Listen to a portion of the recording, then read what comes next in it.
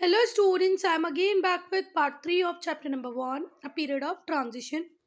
Students, I hope you all have seen part 1 and part 2 of this chapter. If not, do watch it. Imperialism.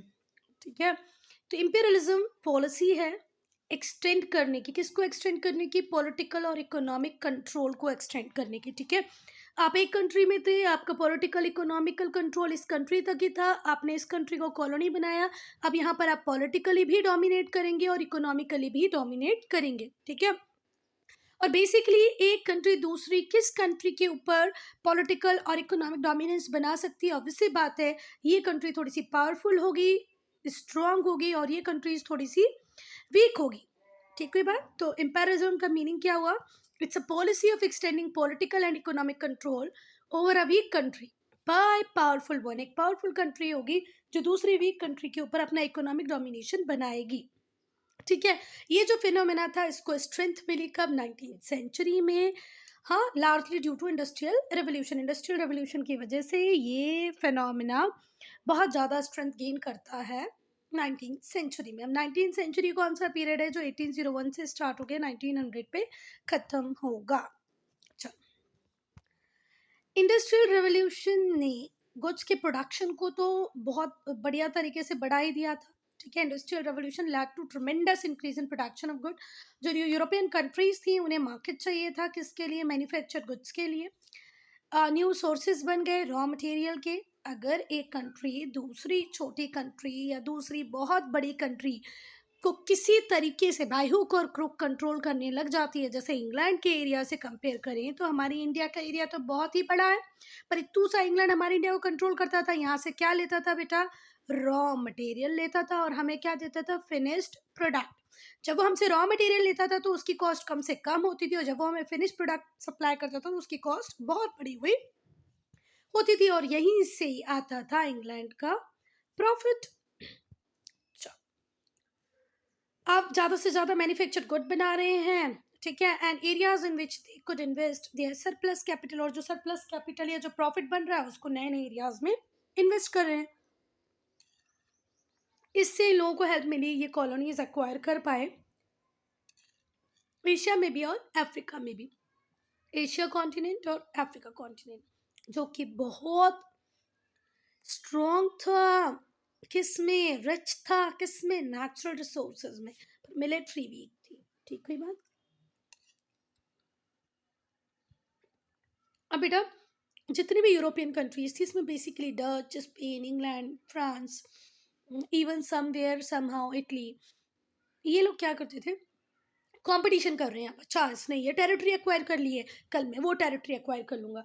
तो Africa का जब आप लोग map देखोगे ना तो वो तो इस तरीके से मिठाई जैसे हम लोग नहीं कट कर देते हैं. मम्मी कभी कभी घर में मिठाई बनाती होगी तो देखना आप ऐसे पीसेस कट करती हैं. देखिए तो जरा आप अफ्रीका का मैप इसी तरीके से पीसेस में कटा हुआ, और ये पीसेस करने वाले कौन हैं? European power. ठीक है, जो लेटर हाफ था 19th सेंचुरी का, मतलब 1850 1860. ठीक है,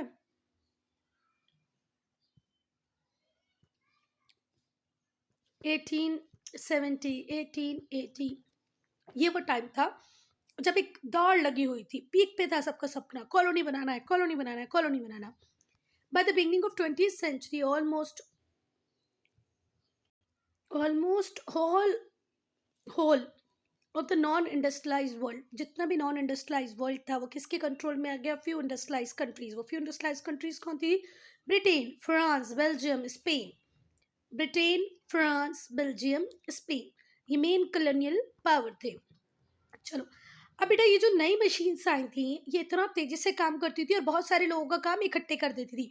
10 लोगों का काम एक मशीन कर रही है और वो भी बहुत जल्दी जल्दी कर रही है. ठीक है, तो the new machine work so fast that people who made cloth at home become jobless. तो घर में जो लोग कपड़ा वपड़ा बना रहे थे वो तो जॉबलेस हो गए. इससे लोगों को इतना गुस्सा आया कि इनको लगा कि मशीनें हमारे दुश्मन है, तो ये मशीन्स को डिस्ट्रॉय करने चले गए. दे वर कॉल द मशीन स्मैशर. उन्होंने कहा क्या? Machine smasher. देखो ये व्यक्ति कोशिश करे ना मशीन को स्मैश करने की, तोड़ने की, क्योंकि इन्हें लगता था कि हमारी दुश्मन मशीन है भाई. A group call luddites who notorious for destroying sorry, a group called Luddites was notorious for destroying machines. ये machines को डिस्ट्रॉय करते रहते थे. कौन? Luddites. चलो चलो, इसका प्रोनाउंसिएशन एक बार देख लेना. Luddites है कि Luddites है, ठीक है. पूरा नॉन इंडस्ट्रियलाइज वर्ल्ड कंट्रोल में आ गया. फ्यू इंडस्ट्रियलाइज कंट्रीज वो थी ब्रिटेन, फ्रांस, बेल्जियम, स्पेन, ठीक है. चलो अब इम्पैक्ट.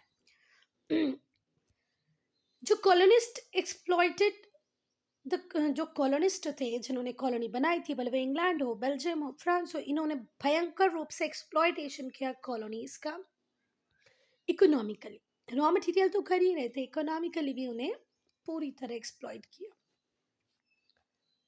इकोनॉमिकली मतलब उनका जो सिस्टम था through which they are earning money, they were earning money, वो सिस्टम जिससे वो पैसा कमा रहे थे, दे वर अर्निंग मनी, उसको पूरी तरह कोलैप्स करके रख दिया, ठीक है. तो इसको इकोनॉमिक एक्सप्लॉइटेशन बोलते हैं. रॉ मटेरियल ले जा रहे हैं, दैट इज डिफरेंट थिंग, ठीक है. पर हमारे प्रोडक्शन को उन्होंने पूरी तरह कोलैप्स करके रख दिया था, ठीक है.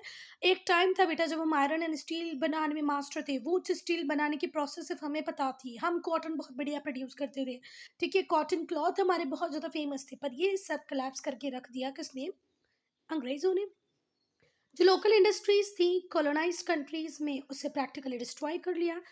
फॉर एग्जांपल जो the influx of cheap machine made good destroyed the indigenous textile industry in India. जो बाहर से बना हुआ चीप टेक्सटाइल इंडिया में आने लग गया, सिंथेटिक टेक्सटाइल इंडिया में आने लग गया, तो जो टेक्सटाइल था जो इंडिया में बनता था वो पूरी तरह डिस्ट्रॉय हो गया. जो कॉलोनीज थी वो सिर्फ सप्लायर बन के रह गई रॉ मटेरियल का. No effort was made to industrialise the colony. Colonies को इंडस्ट्रियलाइज करने का कोई एफर्ट नहीं रखा इन लोगों ने, ब्रिटिशर्स ने, क्योंकि इनका जो पैसा ही बनता था. अगर ये इंडिया में इंडस्ट्रियलाइजेशन बढ़ा देते तो फिर कैसे यहाँ का रॉ मटेरियल वहाँ लेके जाते, वहाँ पर डेवलपमेंट करते, है ना.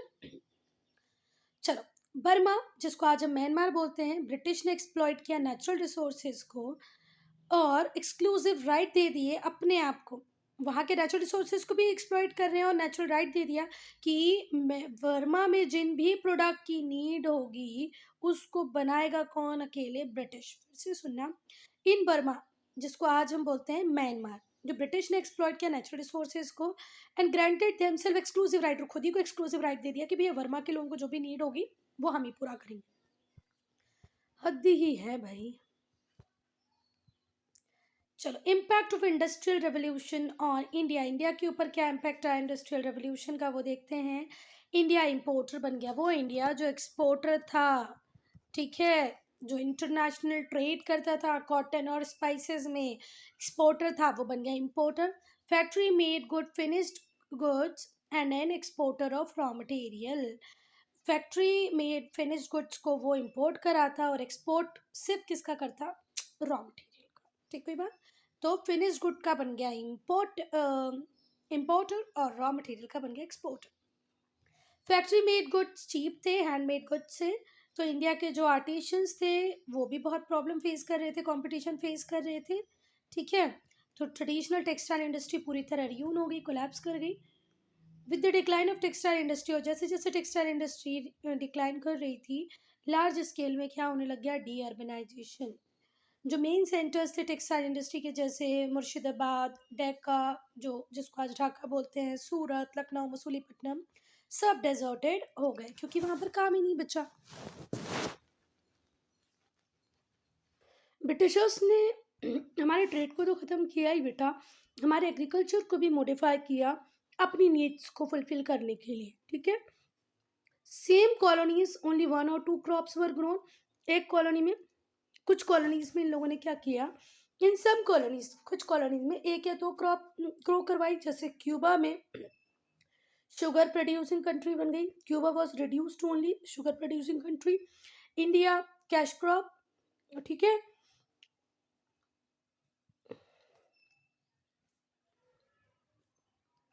इवन हमारे इंडिया में तो उन्होंने इंडिगो भी कल्टीवेट करवाया, ओपीएम कल्टीवेट करवाया. ओपीएम इंडिया में कल्टीवेट करवाते ओपीएम और चाइना को सेल कर देते. इंडिगो मतलब नील, आप लोगों ने देखा ही होगा ना, आया ना उजाला 4 बूंदों वाला, और इंडिगो तो ऐसी क्रॉप थी बेटा जिसको एक बार अगर आप ग्रो कर दो तो सॉइल की फर्टिलिटी खत्म हो जाती है। तो हमारे यहाँ ये वाली कैश क्रॉप उन्होंने ग्रो करवाई, जिनका बहुत बड़ा मार्केट था। इंडिया ने बहुत सफ़र किया the evil of British imperialism, ठीक है। India suffered the evil of British imperialism for many centuries. ये 1610 में ईस्ट इंडिया कंपनी इंडिया में आ गई थी। 1857 में हमने फर्स्ट वॉर ऑफ इंडिपेंडेंस किया। 1757 में बैटल ऑफ प्लासी हुआ, जिसके बाद इकोनॉमिक पावर भी किसके पास आ गई, ब्रिटिशर्स के पास। और 1947 में फाइनली ब्रिटिशर्स इंडिया से गए, ठीक है।